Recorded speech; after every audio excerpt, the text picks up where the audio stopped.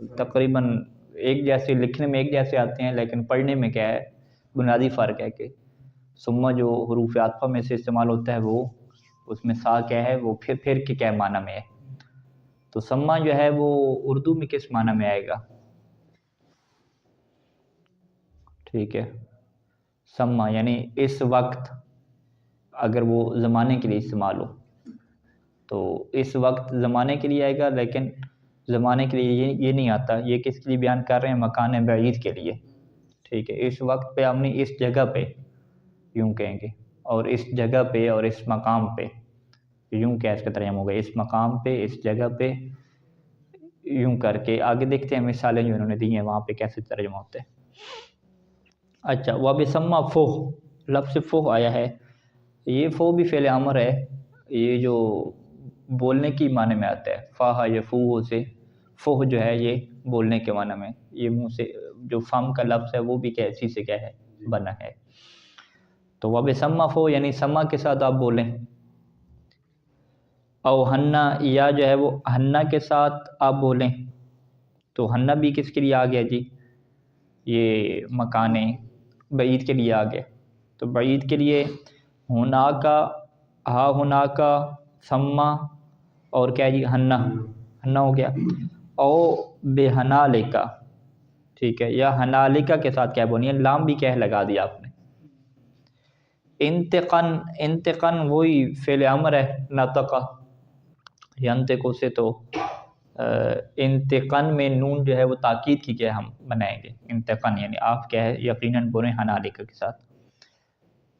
او ہنّا، ادھر ہنّا کہا اور یہاں پہ کیا کہہ رہے ہیں، ہنّا کہہ رہے ہیں.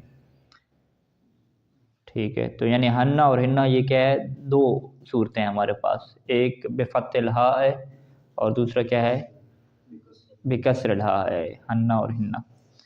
یہاں پہ نون کے اوپر شادی لگی ہوئی ہے، اور ابن ناظم کی جو عبارت ہے اس میں کیا شاد کا ذکر نہیں ہے. تو اس کو لغت میں مراجعہ کرنے کی ضرورت ہے کہ ہنّا لفظ ہے یہ ہنّا ہے. بہرحال ہنّا ہے، آگے اشعار میں بھی کیا ہنّا ہی استعمال ہوا ہے. تو ہنّا اور ہنّا دونوں کیا استعمال ہوں گے مکان بعید کے لیے. اچھا، ان دونوں اشعار کی آپ ترکیب دیکھیے گا، خصوصاً جو دوسری ترکیب ہے فی البعد او بثم فو او ہنّا او بہنالک انتقن، انتقن اور فو، یہ سارے آئے ہوئے ہیں، ان کا مفعول کون سا ہے. ٹھیک ہے، ان کو آپ چیک کیجئے گا کوئی مفعول ہے یا نہیں ہے یا کیا سسٹم ہے.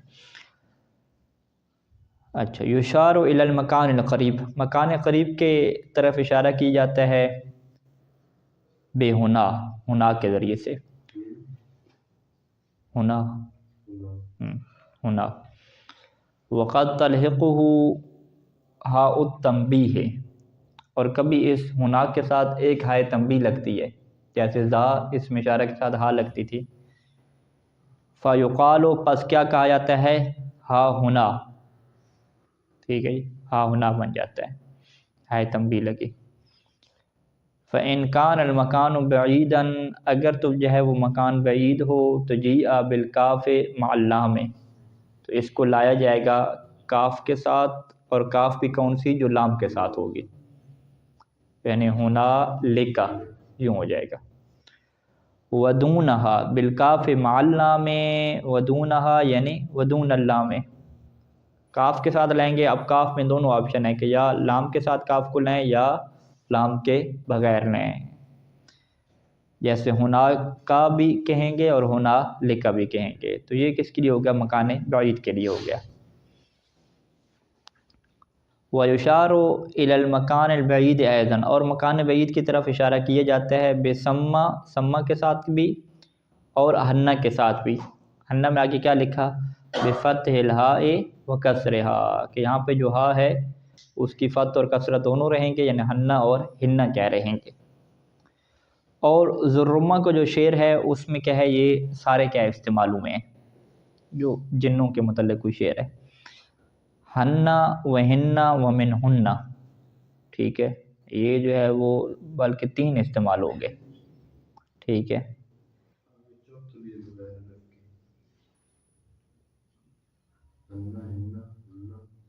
اچھا ہمارے پاس یہ چاروں لکھے ہوئے ہیں، ہنّا و ہنّا و من ہنّا. ہنہ تو انہوں نے بتایا ہی نہیں ہے، ہنہ بتایا، ہنہ بتایا، ہنہ نہیں بتایا. ہاں ہنہ نہیں ہے، کہاں پہ؟ شعر میں اوپر تو نہیں ہے، تو ہنہ لغت نہیں ہے، تو شعر میں پھر اس کو ہنا پڑھنا چاہیے نا. ہنہ و ہنہ ومن ہنا لہن بہا ذات الشمائل والایمان ہے نوم. ٹھیک ہے، تو ہنہ و ہنہ یہ دور کی طرف کیا اشارہ ہے؟ ہنہ و ہنہ یہ دور کے لیے ہو گیا، یعنی اس دور جگہ پہ، ومن ہونا اور یہاں پہ قریب جگہ پہ. ٹھیک ہے، لہن بہا ان کے لیے ہیں ذات شمائل والایمان ہے نوم. یہ پھر آگے بات ہو جائے گی اس کو. اچھا، وقد یراد بے ہونا الزمان، اور کبھی ہونا کے ذریعے سے آپ زمان کا بھی کیا ارادہ کرتے ہیں. یعنی یہ جیسے مکان کے لیے آیا ہے تو یہ زمان کے لیے بھی کیا استعمال ہوتے ہیں. لیکن کون؟ یہ ہونا جو ہے، ہونا کے اندر لغات ہیں ہنہ اور ہنہ. شعر کے اندر ہنہ انہوں نے لکھا ہے حنت نوارو ولا تہنہ حنت وبدل الذی کانت نوارو اجنت. تو حنہ جو ہوتا ہے وہ شوق ہوتا ہے، کسی چیز کا کیا ہے شوق پیدا ہو جانا. حنت نوارو، یہ نوار نے شوق پیدا کرے، نوار بھی خاتون کا نام ہوگا. ولا تہنہ حنت، یعنی ولا تزمانو حنت. حنہ یہاں پہ کیا ہے زمان کے معنی میں آیا. لاتا جو ہے یہ حرف نفی ہے جو کہ لیس والا کیا کرتا ہے عمل کرتا ہے. یعنی ولیس الزمان حنت، یعنی یہ زمان جو ہے وہ شوق پیدا کرنے کا جو ہے وہ نہیں تھا. اچھا، تو نفی چونکہ اس کے اوپر آئی ہے تو نفی اس کے اوپر تبھی بنے گی کہ جب معنی کیا ہے آپ اس کا زمانے والا کیا کریں گے. تو زمانے والا معنی میں کیا ہے یہ چیز کیا ہوتی ہے بہتر ہوتی ہے. اچھا، اسماء اشارہ کی بات کیا ختم ہوئی، اور اگلی جو بحث ہے ہماری کیا ہے اسماء موصول کی کیا بحث ہے. شعر نمبر 88 اور شعر نمبر جو 89 ہے اور آگے تک جو سارے اشعار ہیں یہ موصول اسمی کے کیا متعلق ہیں سارے کے سارے شعر. تو لہٰذا ابن ناظم نے یہاں پہ ایک مقدمہ باندھا اور اس میں یہ بات واضح کی کہ جو ہمارے پاس موصول ہے وہ فقط اسم نہیں ہے، بلکہ موصول ہمارے پاس دو طرح کے ہیں. ایک جو ہے وہ اسم ہے اور ایک کیا ہے ہمارے پاس حرف ہے. فعل تو موصول نہیں ہوتا. تو اسی مقدمے کو کیا ہم پہلے پڑھ لیتے ہیں، پھر جو ہے وہ اشعار میں ہم موصول اسمی کو پڑھیں گے. الموصول علی ضربین، یعنی موصول کہ جس کا صلہ ہوتا ہے اس کی دو قسمیں ہیں، اسمی و حرفی. موصول اسمی کیا تعریف کر رہے ہیں کہ مفتقر الی الوصل، کہ جو محتاج ہوتا ہے وصل کو لے کر ہیں، یعنی اس کا صلہ لے کر ہیں. وصل معنی صلہ کے، کہ جو محتاج ہوتا ہے کہ الی الوصل کہ اس کا صلہ آپ ذکر کریں بجملۃ معہودۃ، ایسے جملے کے ذریعے سے کہ جو معلوم ہو. معہود میں معنی معلوم کے ہو. اور مشتملۃ علی ضمیر، وہ جملہ ایسی ضمیر کے اوپر مشتمل ہو کہ لائق بالمعنی، کہ جو معنی کے اعتبار سے لائق ہو. معنی کے اعتبار سے لائق کا کیا مطلب ہے؟ مناسب ہو، یعنی اس میں موصول کا جو معنی آپ کر رہے ہیں اسی کے یہ کیا ہو مناسب ہو. یعنی ضمیر کیا پلٹ رہی ہو، اس میں موصول کی طرف پلٹ رہی ہو، دونوں کے درمیان کیا ہو مطابقت ہو. اچھا، اس کی جو شرح میں جو چیز ضروری ہے کہ اس میں ایک تو یہ پتہ ہونی چاہیے کہ جملہ میں معہودہ کی قید کیوں لگائی ہے اور ضمیر میں جو ہے وہ لائق بالمعنی کی قید کیوں لگائی ہے. تو سب سے پہلے آتے ہیں کہ جملہ میں معہودہ کی قید کیوں لگائی اور معہودہ کا کیا مطلب ہے. ٹھیک ہے، اصل میں جو اس میں موصول ہے الذی، ہم اسے کیا کہتے ہیں معرفہ کہتے ہیں نا. ٹھیک ہے جی، تو یہ جو معرفہ بنتا ہے یہ فقط الذی کے ذریعے سے معرفہ نہیں بنتا کہ اس کا جو مسمى ہے وہ معین ہو جائے.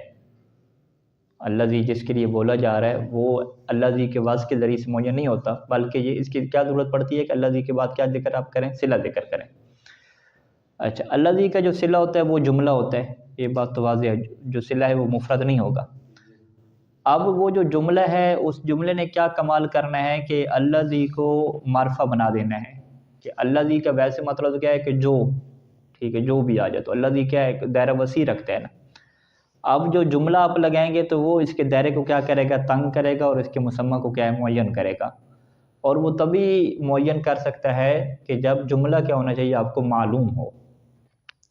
اچھا، ایک بندے نے کہا کہ میرے پاس وہ بندہ آیا ہے کہ جس سے میں محبت کرتا ہوں. ٹھیک ہے جی.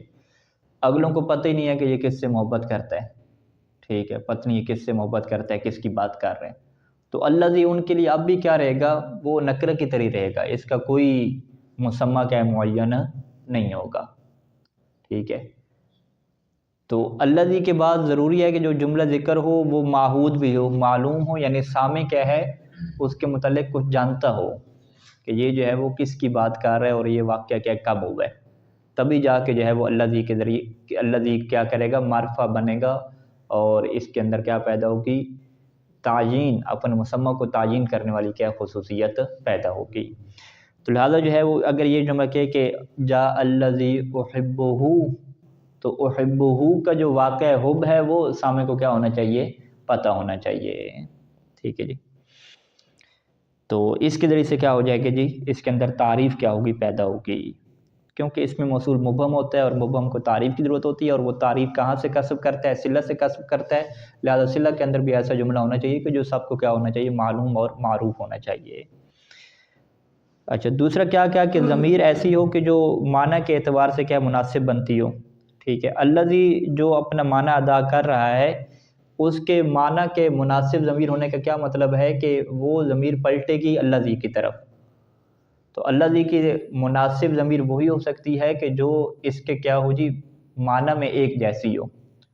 تو اگر ضمیر میں ترجمہ آپ کر رہے ہیں جناب علی مؤنث والا، ٹھیک ہے، وہ جو جملے کے اندر ضمیر آئی ہے کہ جاء الذی احبھا، یوں کہہ دیا، وہاں پہ ضمیر کیا لگائی، مؤنث والی لگائی، اور الذی کا معنی کیا ہے، مذکر والا ہے. تو یہاں پہ جو ضمیر ہے وہ الذی کے ساتھ معنی میں کیا ہے، مناسبت نہیں رکھتی، لا یلیق، اس کے لائق نہیں ہے، اس کے شایع نشان نہیں ہے. تو لہذا ضمیر وہی ہو کہ جو الذی کے ساتھ کیا رکھے، مذکر اور مؤنث میں مطابقت رکھتی ہو. تو یہاں پہ ہم معنی کے اعتبار سے کیا کہیں گے کہ الذی کے معنی کیا ہوتے ہیں، وہی مذکر، مؤنث اور مفرد جمع کے، یہی تو معنی ہوتے ہیں کہ اس میں موصول کی تذکیر و تعریف میں معنی کے اعتبار سے اس کے برابر ہو، اور اس کے علاوہ کیا ہے جی، مفرد اور تسمیہ جمع کے اعتبار سے کیا ہونی چاہیے، مطابقت رکھنی چاہیے. تو یہ موصول اسمی کی تعریف ہو گئی اور اس کی کیا ہوگی، شرح ہو گئی. موصول حرفی کی کیا تعریف رہتی ہے، ہوا کل حرف اول ہوا مع صلتہ بمصدر، ہر وہ حرف کہ اول ہوا، خود اس حرف کی بھی تعویل ہو جاتی ہے. اول ہوا یعنی اس حرف کی بھی تعویل کر دیتے ہیں، اس کو ختم کر دیتے ہیں. تعویل کیا مطلب، اب اس کی حیثیت نہیں ہے، اس کی جگہ پہ کسی اور چیز کی حیثیت ہے. مع صلتہ یعنی اس حرف کی اپنے صلہ کے ساتھ تعویل ہو جاتی ہے مصدر کے ساتھ. یعنی ہم کیا کہتے ہیں کہ یہ حرف اپنے صلہ کے ساتھ مصدر کی تعویل میں ہے، یعنی ان کی دونوں کی جگہ پہ کیا استعمال ہو رہا ہے، معنی کے اعتبار سے مصدر ہی استعمال ہو رہا ہے. جیسے ایک سادہ سی مثال ان ناصبہ کی لے لیں کہ جو ان مصدریہ ہے، کہ اس نے کہا کہ ارید ان تفعل، میں چاہتا ہوں کہ تم یہ کام کرو. تو وہاں پہ ہم کیا کہتے ہیں کہ ان تفعل میں ان اور تفعل دونوں کو آپ کیا کریں، مصدر کی تعویل میں کر دیں.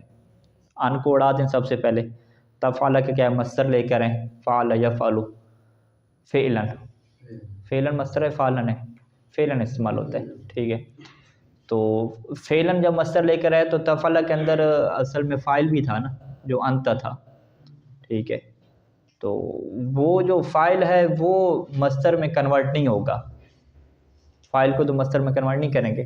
حرف چلا گیا، اس کی جگہ پہ مصدر آنا ہے، اور فعل کی جگہ پہ کیا ہے، مصدر آنا ہے. فاعل کی جگہ پہ کیا آنا ہے، فاعل کی جگہ پہ کچھ بھی نہیں آئے گا، فاعل کیا ہے، خود آئے گا. ٹھیک ہے جی. تبھی تو کیا معنی پورا ہوگا نا. تو یہاں پہ کیا کہیں گے کہ اریدو ان تفعل میں اریدو ان بھی اڑا دیا، تفعل بھی اڑا دیا، اریدو فعل لگا دیا، اریدو فعل انت، فعل کو انت کی طرف ہم مضاف کیوں نہیں کر سکتے، کیونکہ جو انت ہے وہ مجرور واقعہ نہیں ہوتی. ٹھیک ہے. فعل کو ہم نے مضاف کرنا ہے نا انت کی طرف، تو انت جو ہے وہ ضمیر منصوب واقعہ بھی نہیں ہوتی اور ضمیر مجرور بھی واقعہ نہیں ہوتی. انت تو فقط کیا مرفوع واقعہ ہوتی ہے. ٹھیک ہے جی. تو لہٰذا ہم پہ یہاں پہ انت کی جگہ پہ کون سی ضمیر لے کر آئیں گے، جو ضمیر کیا ہے، مجرور واقعہ ہوتی ہے.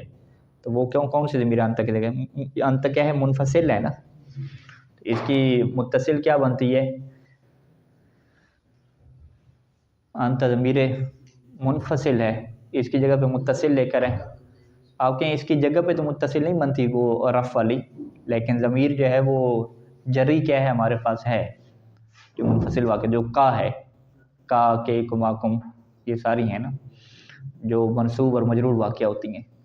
تو فعل کے ساتھ اسی ضمیر کو کیا جوڑیں گے فاعل کو بیان کرنے کے لیے. تو آپ کیا کہیں کہ ارید فعل کا، ٹھیک ہے، ارید فعل کا میں کیا کیا کہ آپ نے کہا کہ وہ جو انت ضمیر تھی وہ چونکہ منفصل تھی وہ لگا نہیں سکتے تھے، تو ہمیں کیا کرنا پڑا جی، ضمیر متصل کی طرف کیا جانا پڑا جو کہ کیا کا ہے. تو یہ کیا مصدر کی تعبیر میں یوں ہوگا ارید فعل کا. اچھا، یہ ایک انہوں نے مثال دی موصول حرفی کی ان. دوسری مثال کیا ہے؟ ما ہے، ٹھیک ہے. ما بھی کیا ہے؟ یہ موصول حرفی کیا واقعہ ہوتا ہے، موصول اسمی بھی کیا ہے یہ واقعہ ہوتا ہے. موصول حرفی کی مثال دیکھیے گا، ضاقت علیہم الارض بما رحبت، ٹھیک ہے. یہاں پہ انہوں نے کیا کہا جی؟ بما رحبت. ما بھی کیا حرف ہے، با بھی حرف ہے، ٹھیک ہے. حرف کے اوپر اس لیے داخل ہوگا کیونکہ ما تو جو چلے جائے گا، اصل میں کیا ہے یہاں پہ مصدر ہے. رحبہ کا مطلب کیا ہوتا ہے؟ وسیع ہونا. ضاقت علیہم الارض یعنی زمین ان کے اوپر تنگ ہو گئی، بما رحبت اپنی وسعتوں کے باوجود، ٹھیک ہے جی. تو رحبہ کی جگہ پہ اس کا معنی لے آئیں، ٹھیک ہے. رحبن اس کا مصدر لے آئیں یا اسی کا جو معنی ہے وسعتہا، وسعہا، بے وسعہا یوں کہہ دیں. ضاقت علیہم الارض بے وسعہا کہ زمین اپنی وسعت کے ساتھ کیا ہوگی؟ تنگ ہوگی، یا بے رحبہا. تو یہاں پر بھی یہی کیا کہ جو اس کا فاعل تھا ہا ضمیر، اس کو مصدر کے ساتھ کیا باقی رکھیں گے، فقط کیا ہے ما اور فعل کی جگہ پہ کیا لگائیں گے؟ مصدر لگا دیں گے. تیسرا جو ہے وہ موصول حرفی میں سے انہوں نے ذکر کیا کہ کا، جئتو کا لکے تحسن علیہ. تو یہاں بھی لام جا رہا ہے، دیکھیں حرف کے اوپر داخل ہو رہی ہے، تو یہ حرف کے اوپر اس لیے داخل ہو رہی ہے، یہ حرف کیا ہے؟ مصدر کی تعویل میں ہوتا ہے. تو جئتو کا لکے تحسن علیہ یعنی لکے تحسن، تحسن کا آپ بنائیں مصدر بنائیں، احسن یحسن سے کیا مصدر بنتا ہے؟ احسان بنتا ہے. تو لِإِحْسَانِ کا الیہ یوں بن جائے گا، جئتو کا لِإِحْسَانِ کا الیہ. تو کاف یہاں پہ احسان کا میں تاکہ تم احسان کرو، تو کاف ضمیر مرفوع بھی کیا واقع ہوتی ہے، ضمیر جو متصل ہے کاف، یہ ضمیر مرفوع بھی کیا ہے واقع ہوگی یہاں پہ لِإِحْسَانِ کا الیہ. چوتھا جو ہے وہ موصول حرف میں سے لو ہے. لو کی انہوں نے یہ مثال دی کہ یود احدہم لو یعمر الف سنۃ. لو یعمر الف سنۃ میں یعنی یود کا مطلب خواہش کرنا. یود احدہم ان میں سے ہر ایک خواہش کرتا ہے کہ کس چیز کی خواہش کرتا ہے؟ کہ التعمیرہ، یعنی یہاں پہ آپ مصنف کہیں گے عمر یعمر میں آپ کیا کہیں؟ تعمیرہ، ٹھیک ہے، کہ اسے جو ہے وہ عمر عطا کر دی جائے، اسے عمر دی جائے. عمر یعمر تعمیر یعنی کسی کو عمر عطا کرنا. یود احدہم التعمیر الف سنۃ، ان میں سے ہر ایک خواہش کرتا ہے کہ عمر عطا کی جائے ہر سال کی، یا تعمیرہ یوں کہہ دیں آپ، اس کو بھی کیا لے کر آئیں، وہ جو اس کا نائب فعل واقع ہو رہا ہے، ٹھیک ہے، یعمر کے اندر. المعنی مصنف کہتے ہیں کہ اس آیت کا جو معنی ہے وہ تو اللہ کو بہتر پتہ ہے، لیکن جو ظاہری ان کو لگ رہا ہے وہ یہی لگ رہا ہے کہ یود احدہم التعمیرہ، یعنی لو کو آپ ختم کریں گے، عمر ختم کریں گے تو التعمیرہ کیا کریں گے. نص علی ذالک ابو علی الفارسی، ابو علی فارسی ان کا نحوی ہے جسے فارسی کے نام سے یاد کیا جاتا ہے. اس نے جو ہے وہ اس کے اوپر باقاعدہ کیا نص بھی قائم کی ہے کہ یہاں پہ جو لو ہے وہ کیا ہے جی؟ مصدریہ کیا ہے واقع ہو رہا ہے. اچھا، وَمِنْهُ قَوْلُ تعالیٰ، اور اسی سے جو ہے وہ قول تعالیٰ کہہ رہے ہیں، وَمِنْهُ قَوْلُ قول قتیلہ. قتیلہ جو شعر ہے اس کا جو ہے وہ قول ہے کہ جہاں پہ لو کیا واقع ہو رہا ہے؟ مصدریہ واقع ہو رہا ہے. ما کان ذرک لو مننت وربما من الفتى وهو المغیظ المحنق. تو ما کان ذرک لو مننت میں کہتے ہیں کہ ذرہ کا جو ہے نا تمہیں ضرر پہنچائے گا، ٹھیک ہے. ما کان ذرہ کا تمہیں ضرر کیا پہنچائے گا، ما کو استفہامیہ بناتے ہیں. تو اب یہاں پہ کہتے ہیں کہ ذرہ کا جو ہے نا تمہیں نقصان کیا پہنچائے گا، اس کا فائل جو ہے نا ذرہ کا وہ کہاں پہ ہے؟ تو وہ کہتے ہیں اس کا فائل جو ہے نا لو مننتا ہے، ٹھیک ہے۔ مننا یمنو جو من ہے اس سے کیا کہتے ہیں؟ احسان کرنا، ٹھیک ہے۔ ما کانا ذرہ کا منو کا کیا ہوتا ہے؟ تمہارا احسان کرنا، ٹھیک ہے۔ مننتا مصدر کیا ہے؟ منن بن گیا، تو لو کو بھی ختم کیا، مننتا کو بھی ختم کیا، تو یہ کیا ہے؟ منن کیا ہے؟ مصدر آ گیا۔ کاف جو ہے وہ فائل کی تو وہ رکھیں گے، تو یہاں پہ ترجمہ کیا بن جائے گا کہ ما کانا ذرہ کا منو کا، ٹھیک ہے۔ تمہارا نقصان، تمہارا جو احسان کرنا ہے، منو کا تمہارا احسان کرنا جو ہے وہ تمہیں کیا ضرر جو ہے وہ دے سکتا ہے، ٹھیک ہے جی۔ تقدیر یعنی تقدیر کیا ہوگی کہ ما کانا ذرہ کا، من کا نہیں کہیں گے، من کا تو نہیں ہے، مننتا کا فائل بنا، منو کا ہے، ٹھیک ہے۔ ما کانا ذرہ کا تمہیں جو ہے وہ کیا نقصان دے گا؟ منو کا تمہارا احسان کرنا، علیہ اس کے اوپر، ٹھیک ہے۔ منو کا علیہ، کیونکہ یہ مننتا جو ہے یہ متعدی ہے، تو متعدی میں کیا ہے وہ علی کو کیسا ذکر کر دیا تاکہ پورا کیا معنی ادا ہو جائے۔ تو یہ شعر جو ہے نا یہ بھی بتاتا ہے کہ لو مننتا جو ہے نا یہ مصدر کی تعویل میں ہو کے ذرہ کے لیے کیا واقع ہو رہا ہے؟ فاعل کیا ہے واقع ہو رہا ہے، وغیرہ اس کے بغیر جو ہے وہ فاعل یہاں پہ کوئی ذرہ کا نظر نہیں آتا، ٹھیک ہے جی۔ کیونکہ ما جو ہے وہ موصولہ نہیں ہے یہاں پہ، ما وہ کہتے ہیں کہ استفہامیہ ہے یہاں پہ، ٹھیک ہے۔ موصولہ ہو تو آپ کہیں گے ذرہ کی ضمیر ما کی طرف پلٹ رہی ہے، وہ اس کا فاعل واقع ہو جائے گی۔ تو وہ جو اشعار کو لوگ سمجھنے والے ہیں وہ کہتے ہیں نہیں جی یہاں پہ جو ما موصولہ کا ترجمہ نہیں ہوتا، وہ اس سے جو ہے وہ استفہامیہ کا کیا معنی لینا چاہ رہا ہے کہ تمہیں کیا نقصان پہنچائے گا تمہارا اس کے اوپر احسان کرنا۔ اچھا، یہاں تک گفتگو مکمل ہوتی ہے موصول حرفی کی۔ یہ کیا تھا؟ سارا کے سارا مقدمہ تھا جو کہ ناظم نے کیا اوپر ذکر نہیں کیا۔ ناظم کی جو بات ہوتی ہے وہ موصول الاسماء سے شروع ہوتی ہے 88 نمبر سے، انشاءاللہ اس کو پھر ہم کیا کل پڑھیں گے۔ صلی اللہ علیہ محمد و آلہ اجمعین۔